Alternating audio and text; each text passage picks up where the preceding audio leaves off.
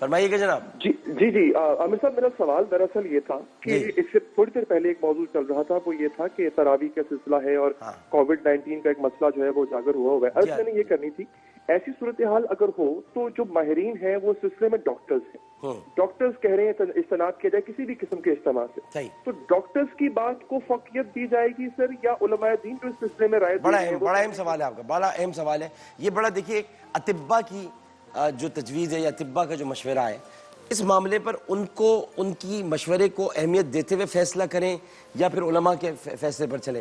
میسوی صاحب دیکھیں، اسلام میں موضوع کی تشخیص جو ہے وہ اس کے اسپیشلسٹ پر ہے.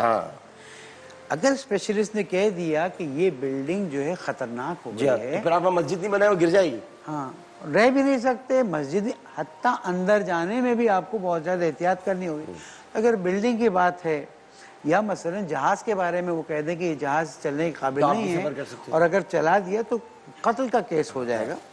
اسی طرح سے علماء کرام و فقہاء اعظام نے بتایا ہے کہ اگر ڈاکٹر تشخیص دیتے ہیں کہ آپ بیماری میں روزہ نہ رکھیں اور آپ کو بھی محسوس ہوتا ہے کہ روزہ مشکل، تو جب دوسری جگہوں پہ اسپیشلسٹ کی تشخیص حجت قرار پاتی ہے تو پھر یہاں پر بھی ہمیں دیکھنا ہوگا کہ آیا اجتماع کی وجہ سے کورونا پھیل رہا ہے. آپ اٹلی کا حال دیکھ لیں، اسپین کا دیکھ لیں، ابتدا میں انہوں نے کوتاہی کی، کیا حشر ہو گیا، کیا نتیجہ ہو گیا.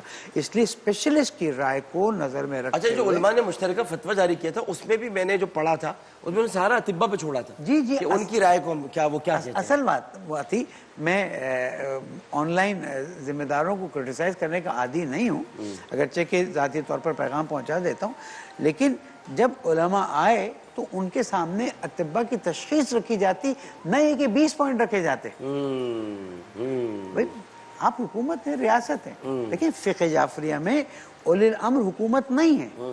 لیکن مراجع کرام نے فرمایا ہے کہ اگر ڈاکٹر تشخیص دیں اور اس تشخیص کے بنا پر کوئی حکم جاری ہوتا ہے تو آپ کو فالو کرنا ہے. اور آیت اللہ سیستانی نے یہاں تک فرمایا کہ اگر تمہیں کورونا ہو گیا ہے اور تم نے احتیاط نہیں کی اور تمہاری وجہ سے کسی اور کو لگا اور خدا نہ خواستہ وہ دیت ہے، پوری دیت ہے، دیت ہے.